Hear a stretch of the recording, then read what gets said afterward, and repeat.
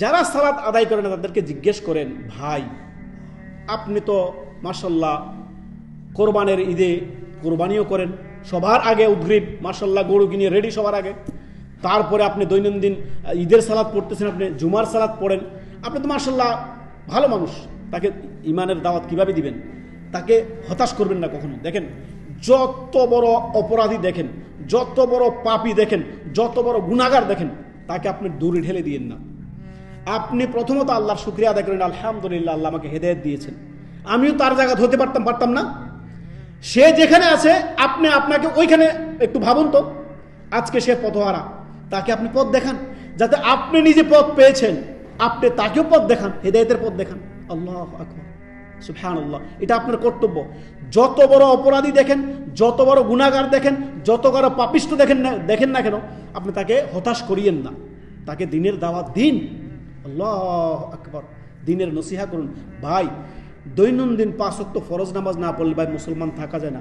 আমার কথা না ভাই, আল্লাহ রাসূলের কথাটা শুনে নাও। নবী সাল্লাল্লাহু আলাইহি সাল্লাম বলছেন, বাইনা আবদি ওয়া বাইনা শিরকি ওয়া বাইনাল কুফরি তারিকুস সালাহ। যে ব্যক্তি সালাত তরক করে তার মুসলিম থাকার সার্টিফিকেট থাকে না।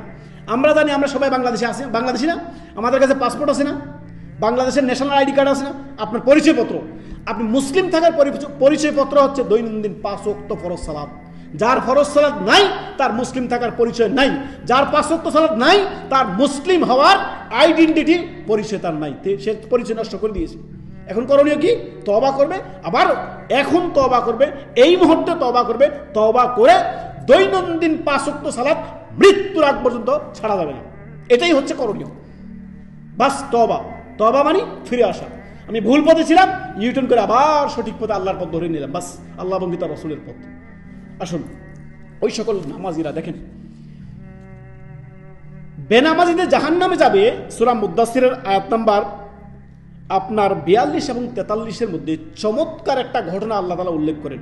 আল্লাহ তাআলা জিজ্ঞেস করবেন, জান্নাতীরা জাহান্নামীদেরকে জিজ্ঞেস করবেন, তাদের একে অপরকে জিজ্ঞেস করবেন যে আমাদের গ্রামের অমুককে দেখলাম, আমরা তো একই গ্রামে বসবাস করতাম, বা আমার এক বন্ধু ছিল, একই সাথে ছিলাম, আপনার কোথায় সে তাকে খুঁজে পাওয়া যাচ্ছে না, জান্নাতে খুঁজে পাওয়া যাচ্ছে না। তখন সে জিজ্ঞেস করবে যে আমার বন্ধুরা কোথায় আছে, গিয়ে দেখবে তারা সাকার নামক জাহান্নামে তারা অবস্থান করতেছে। তখন তাদেরকে জান্নাতীরা জাহান্নামে ওই সকল জাহান্নামীদেরকে জিজ্ঞেস করবে, মা সালাকাকুম ফিস সাকার, সাকার নামে জাহান্নামে তোমার অবস্থান কেন তুমি সেখানে অবস্থান করছো? তখন সে এক বাক্যে বলবে, ক্বালু লাম নাকু মিনাল মুসাল্লিন, আমি নামাজ পড়তাম না, দুনিয়ায় আমি মুসল্লিদের অন্তর্ভুক্ত ছিলাম না। ইমাম সাহেব দৈনন্দিন 5 ওয়াক্ত 5 বার বলেছেন, হাইয়া আলাস সালাহ হাইয়া আলাল ফালাহ, তুমি সালাতের দিকে আসো, তোমার কল্যাণের জন্য এসো। আমি নামাজের জবাব দেই নাই, আমি মুসল্লি ছিলাম না দুনিয়াতে জীবিত দশায়।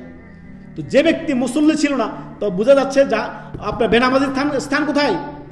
জাহান্নাম। আল্লাহু আকবার, আল্লাহু আকবার। আল্লাহ রাব্বুল আলামিন বলেছেন, ইয়া আইয়ুহাল্লাযীনা আমানু, হে ঈমানদারগণ শুনো, আকিমুস সালাত, তোমরা সালাত কায়েম করো, ওয়ালা তাকুনু মিনাল মুশরিকিন, মুশরিকদের অন্তর্ভুক্ত হইও না। অতএব মুশরিকদের সাথে আমাদের সাথে চুক্তি কি? আমরা সালাত পড়ি, তারা পড়ে না। সহজ কথা। অতএব জাহান্নামে যাওয়ার একটি বড় কারণ হচ্ছে আপনার সালাত পরিত্যাগ করা, মুসল্লি না হওয়া।